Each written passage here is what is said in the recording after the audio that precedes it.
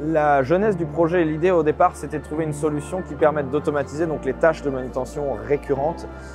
Et on faisait le constat au démarrage qu'il y avait certes des solutions autonomes qui existaient déjà, de robotique en tout cas, pour la cour de ferme, mais avec des limites qui nous semblaient problématiques. D'abord, par rapport aux contraintes d'implantation dans la cour de ferme. On voulait une solution qui soit la moins intrusive possible. C'est pour cette raison qu'on a choisi des solutions de navigation qui ne nécessitent aucune installation spécifique dans la ferme. De la même manière, on ne voulait pas que les voies de circulation du robot aient besoin d'être particulièrement reprises, bétonnées, goudronnées. C'est un robot auquel on a donné la motricité, la capacité de franchissement nécessaire à l'évolution dans tous les espaces de la cour de ferme pour éviter encore une fois de devoir trop la modifier.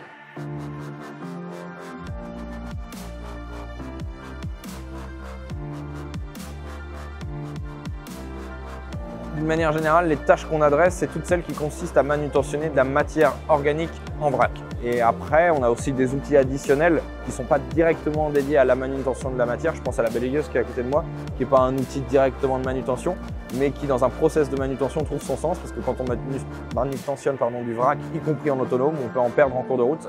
Il y a toutes les matières amont et aval des différents process. On peut par exemple s'interfacer avec un méthaniseur pour gérer tout le flux de matière qu'il nécessite. Et il y a évidemment dans une ferme l'atelier alimentation du troupeau qui est un gros sujet, qui nécessite beaucoup de manutention et c'est pour ça qu'on présente aussi ici un outil dédié à l'alimentation. Et la machine va avoir la capacité à la fois d'aller sélectionner, prélever, charger les différents éléments de la ration, y compris les compléments, d'agiter avec un outil qui est prévu pour ça et d'assurer aussi la distribution du mélange une fois celui-ci homogénéisé. On a mis en place un porte-outil ici qui nous permet d'avoir un accrochage complet de l'accessoire sans intervention humaine.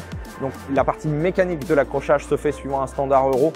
Derrière ça, ça veut dire que l'outil qu'on utilise sur cette machine-là reste disponible pour l'utilisation sur un chargeur frontal par exemple ou sur tracteur agricole.